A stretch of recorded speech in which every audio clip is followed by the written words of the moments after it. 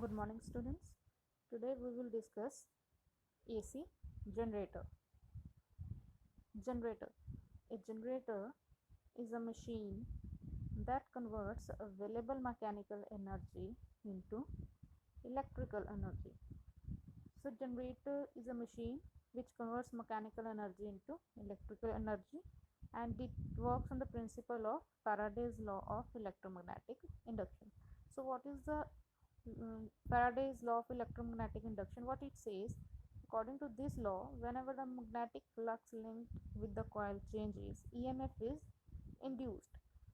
So, generator is a machine that converts mechanical energy into electrical energy and is based on Faraday's law of electromagnetic induction. And it can be classified into two. First one is AC generator and second one is DC generators. AC means alternating current and DC means direct current. So based on their output we can classify them into AC generators and DC generators. AC generators are also known as alternators, and these generate electrical energy in the form of alternating current. So these are called alternators, and mechanical energy is usually supplied by steam turbines, gas turbines and combustion engines. What we have studied in the first slide, that generator is a machine that converts mechanical energy into electrical energy. So there must be a source of mechanical energy, and that mechanical energy is provided by steam turbines, gas turbines and combustion engines. So AC generators work on the principle of Faraday's law of electromagnetic induction. When the coil is rotated with constant angular velocity omega in uniform magnetic field B, then magnetic flux linked with the coil changes and an alternating current is induced in the coil.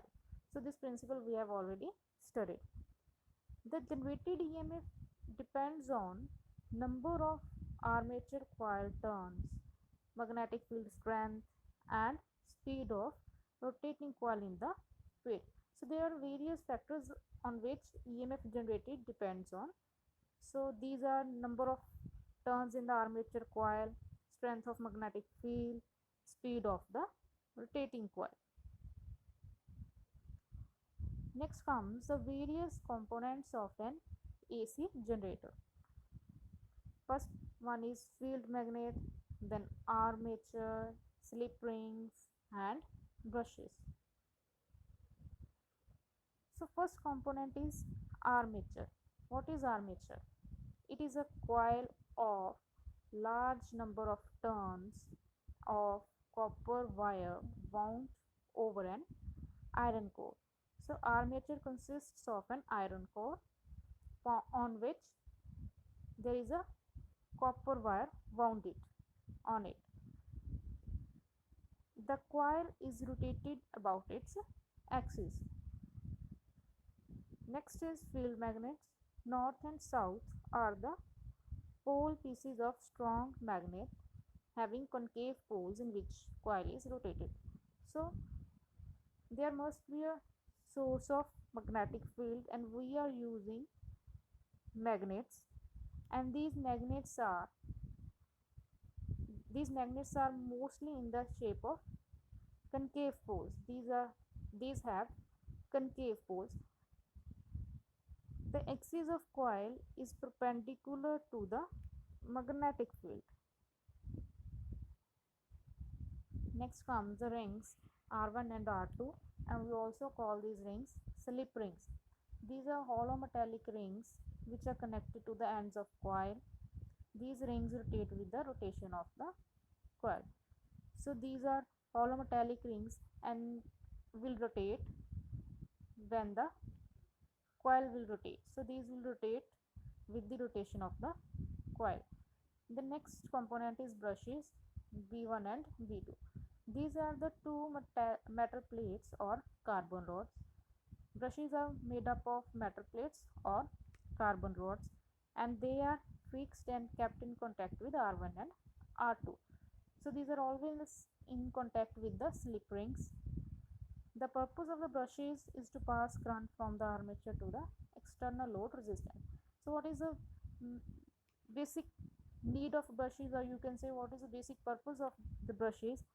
These provide the path to the current to flow from armature to the external load resistance. In this diagram you can see N and S, these are the magnetic poles, and direction of magnetic field is always from north to south. A, B, C, D is armature, and dotted line passing through this armature is the axis of rotation of the armature, and arrow on this dotted line, this axis of rotation, this arrow is representing the rotation of the coil. So from this arrow we can see that coil is rotating in anti-clockwise direction. You can see the hollow rings R1 and R2. Brush B1 and B2 are connected to the slip rings R1 and R2 and provide the path to the current to flow through the external load resistance R connected in the circuit. You can see resistance R connected in this circuit.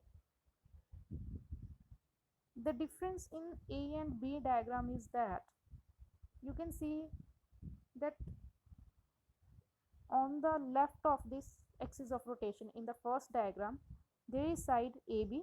You can say that near the south pole there is a AB side, and in the diagram B near the south pole there is side CD. So in these two diagrams rotation is shown. But in first diagram you can say that side AB of the coil is in upward direction or outwards, and the CD side is inwards, and in the diagram B coil gets rotated by 180 degree and side CD is now in upward direction, and AB side is in downward direction.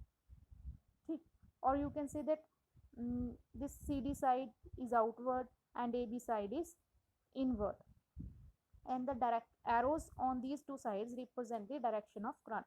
In first diagram current flows from A to B, B to C, C to D, and in diagram B current flows from D to C, then C to B, B to A.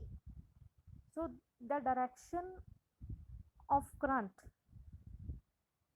can be founded by using Fleming's right hand rule. In this diagram, in this slide, you can see the various stages of rotation of armature.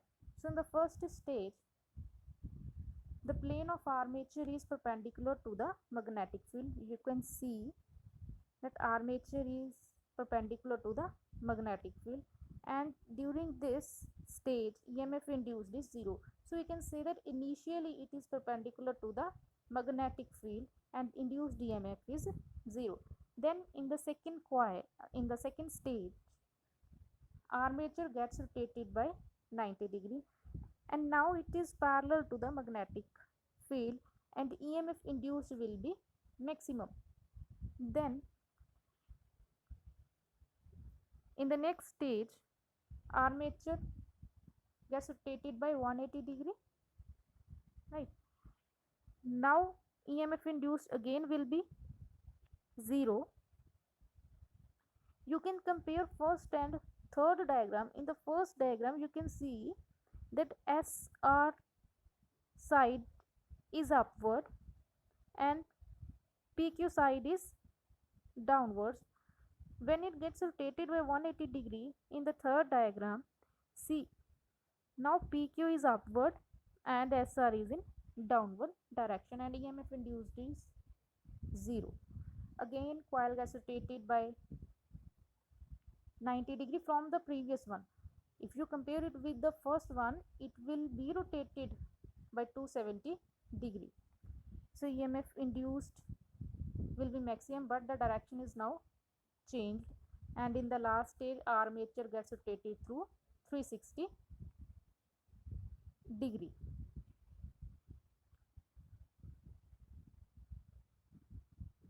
So next is theory and working. Suppose plane of coil is perpendicular to the plane of paper in which magnetic field is applied. AB is at front and CD is at back. Let the coil rotates anticlockwise. AB moves inward and CD moves outward. And according to Fleming's right-hand rule, current induced in AB is from A to B, and in CD it is from C to D. And in external circuit, current flows from B2 to brush B1. This I have already explained you in the previous slide. Then after half rotation of the coil, AB is at back and CD is at front. Further rotating, AB moves outward and CD moves inward. Induced current in AB is from B to A, and in CD it is from D to C. And now the current will flow from B1 to B2. In the external circuit, current will flow from B1 to B2. The induced current in the external circuit changes direction after every half rotation of coil. This I have explained the previous two slides.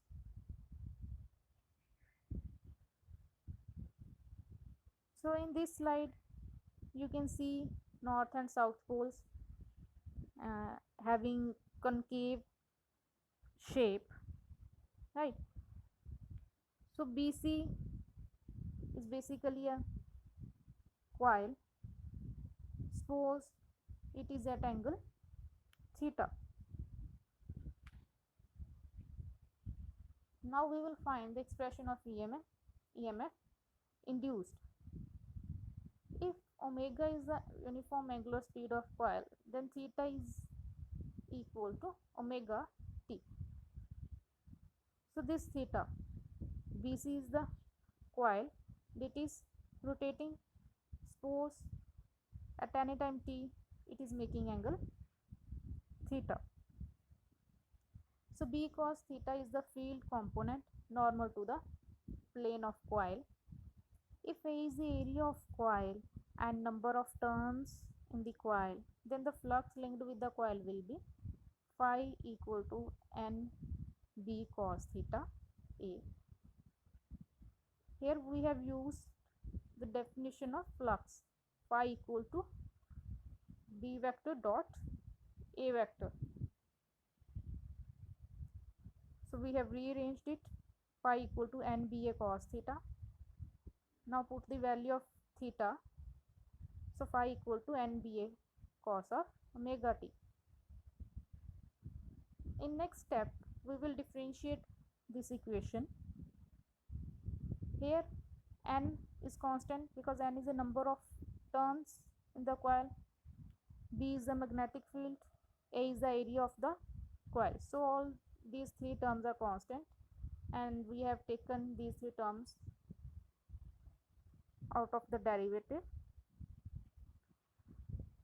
So derivative of cos of omega t will be minus sine of omega t into omega. We will rearrange it, and finally we will get d phi by dt equal to minus nba omega sine of omega t. If E is instantaneous induced EMF produced in the coil, instantaneous means that at any instant of time E is the EMF induced, and this is given as E equal to minus d phi by dt. D phi by dt is equal to minus nba omega sine of omega t. So put that value here, we get equal to nba omega sine of omega t. So it follows that nba omega is the maximum value of EMF, say E naught, right? You can put nba omega equal to E naught. So current supplied by the generator is equal to I equal to E by R. put the value of E equal to E naught sine of omega t and divided by R. So E naught by R will be I naught. So current supplied by AC generator will be I equal to I naught sine of omega t. So this was all about AC generator.